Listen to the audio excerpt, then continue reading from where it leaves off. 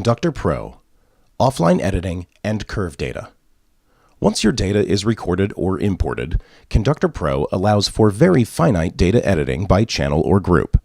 Direct timeline editing, as well as data optimization, is addressed in this tutorial. Extended features, such as tablet and pencil tools, are also covered. It is assumed that all CondcutorPro basics, layout, and real-time animation videos are viewed prior to utilizing this intermediate training course. Once you have data in your CondcutorPro timeline, whether from real-time recording, point sliders, or data acquisition, you are able to edit this data in an online and offline fashion. Let's take a look at how this can happen and some of the tools available for your use. First, let's look at a standard numeric or analog channel. This channel has standard point data involved in the creation of show data from a beginning point to an endpoint. Notice there is no constraints, envelopes, or storage containers for this data. It is infinitely negative and it is infinitely positive, so therefore it is just a matter of where your show range would be defined later for export. This data can be modified very easily by simply clicking on any of the points and moving them up and down or back and forth.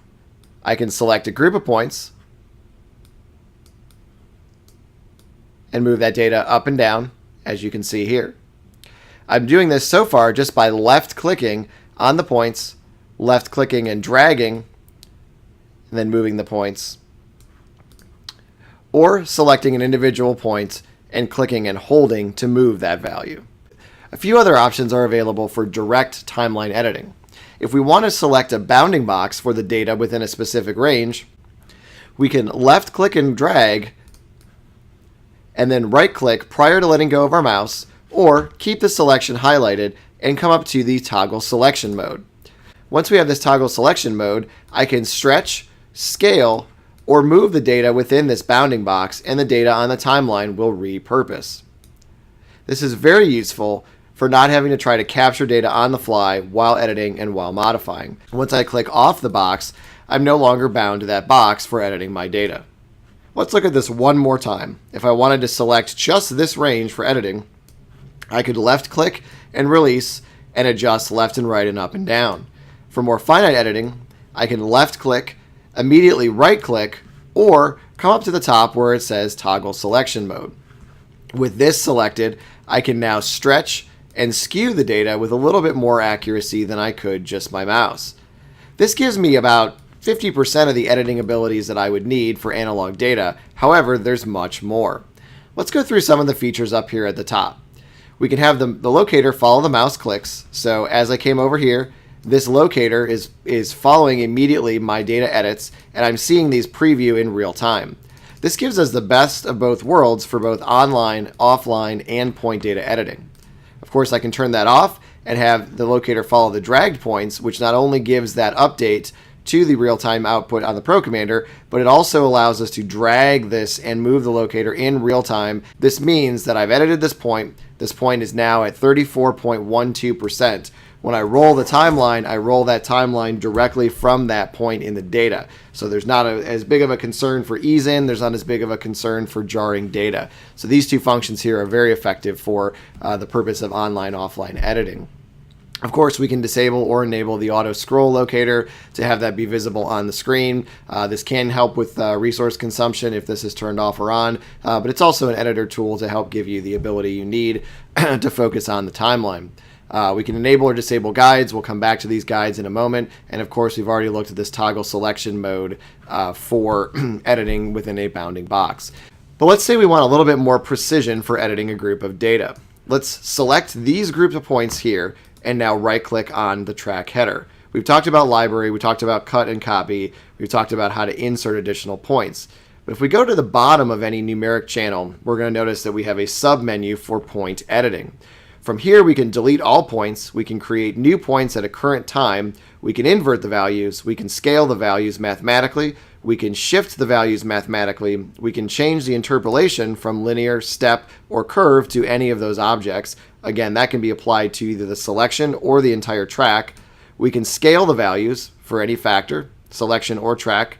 We can optimize the curve for selection or track and have the ability to preserve the horizontals. This means we can scale and optimize without changing the points relation in time.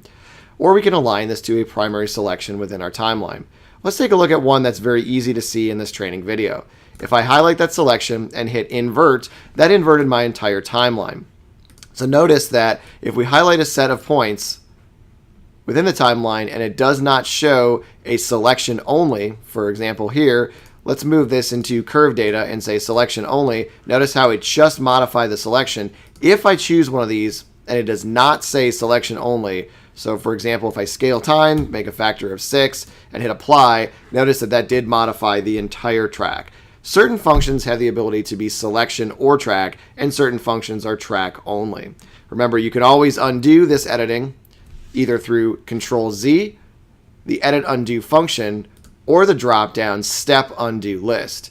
This gives you very, very rapid and very powerful editing within the timeline directly and not having to go to an external interface program for this editing ability. Now, a few more editing functions that we have on the secondary tier down from the top and underneath the timeline. We do have the ability to create a point at any moment in time. Now, this will put a point in the range of the data without actually allowing you to specify a new value.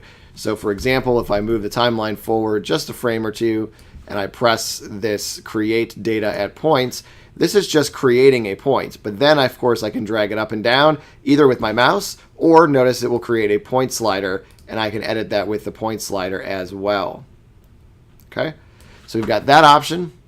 We've also got the ability here to select a previous point and next point. This is very useful for using the point sliders or your mouse to edit. We can select all points left of the selection. So if I select all left, this is a great way to create a crossfade in or crossfade out from the data.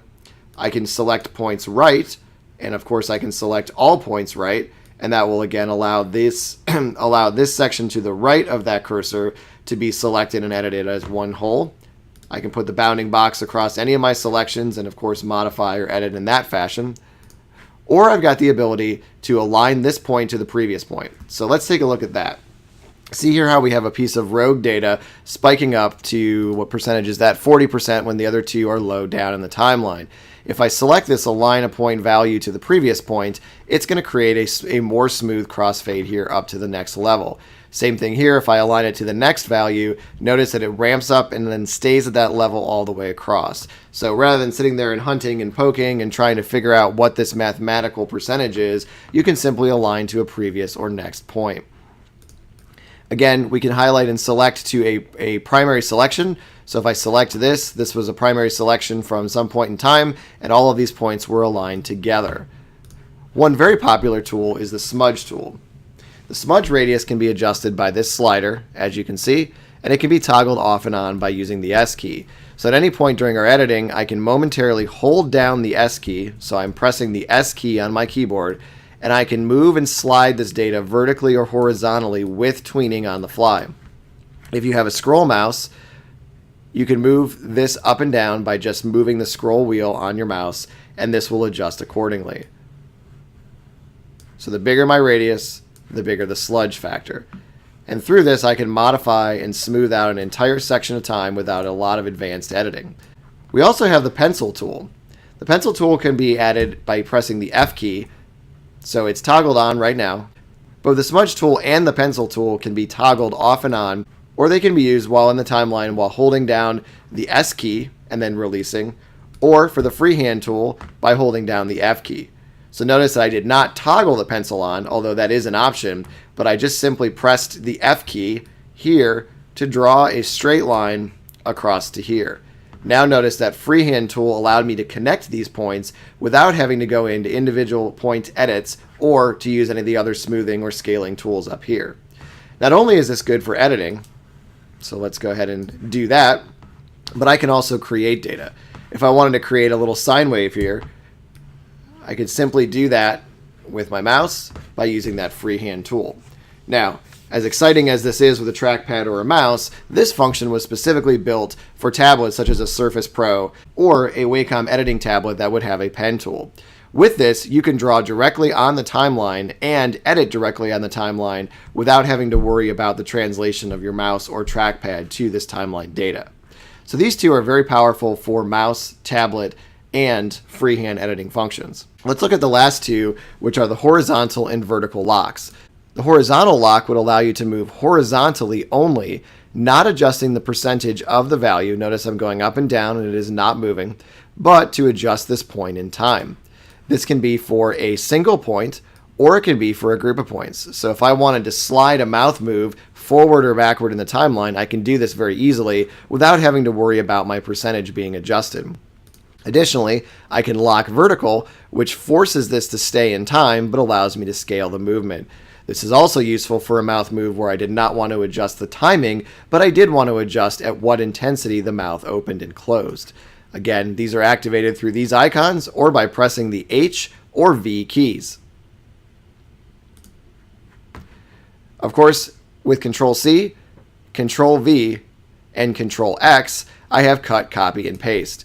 These have been explored on other videos, but let's take one more look at it as well. Whenever I cut, copy, or paste data, the data will automatically tween and insert the correct data points for forward and backwards data in the timeline. In this video so far, we've looked at a number of ways of editing the analog data. Let's recap those very briefly. We can directly edit by grabbing a point or points in the timeline. We can select points, and either by right-clicking or selecting the bounding box, we can get more accurate data, as you can see here. We can select data, we can right-click and use the mathematical point editors for shifting, scaling, changing interpolation, or optimizing the curve. I'm going to go ahead and optimize this curve at a factor of 2, just to show you that example there, and so some of this data has been cleaned up for redundancy. But what if we wanted to edit multiple tracks together? What if we wanted to combine data or copy and paste data? What would be the most efficient way of doing that? Of course, we've got copy and paste, we've got the individual edit tools, but we also have something in Conductor called the pin group. Let's say, for example, I wanted to edit a section of 2 tracks. So here I've pinned, and let me contract this a little bit. So here I've pinned both our back level left and our back level right. And let's say that I want this to be replicated or slid together so that the data was consistent. When I have a pin group, I'm editing these together from a focus standpoint. That means that these 2 are at the top, they're my primary focus, and in a sea of hundreds and hundreds of sets of data, I can just look at these 2 tracks. So even if I were to fold this up, this remains up at the top for my viewing. Now here we've got a couple other icons. I can create a pin group from items that are currently pinned. That's going to move me down and give me an option down here in the bottom to retrieve this pin group for later use. I've got the ability to unpin all items, but I've got something here called the toggle group zoning mode. The toggle group zoning mode is a very powerful editing feature that allows you to select, copy, shift, or paste movements within a group of data. So if I were to create a point here, I've double-clicked with my left mouse, and if I were to create a point here, I now have what's called zoned group selection. With this zone group selection, anything that's within the pin group, if I left click and hold, is active as a set of connected data. Now, if I want to shift this down the timeline, I'm simply clicking and dragging to let go. That data is now moved at that point in my timeline. If I wanted to replicate this data, I can hold down the control function, and that control function will move left and right, as you can see. The points shift from red to orange depending on the type of data manipulation I wish to perform. So if I were to hold down the control button and move it here, you'll notice that data is replicated. I can continue to do that throughout the timeline, piling on data with the data tweened in and out of those sections.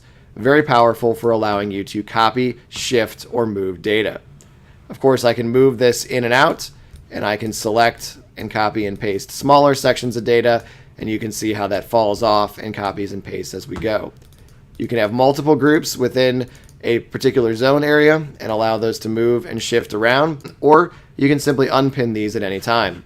Now notice all of that goes away because I was not dealing with any data in an individual track level, but rather just the pin group itself. What we just saw in the pin group can also be done at a lower level, just in anything that is a group. So the group has a selector arm, and of course I can move this data left and right to move anything that's within that group.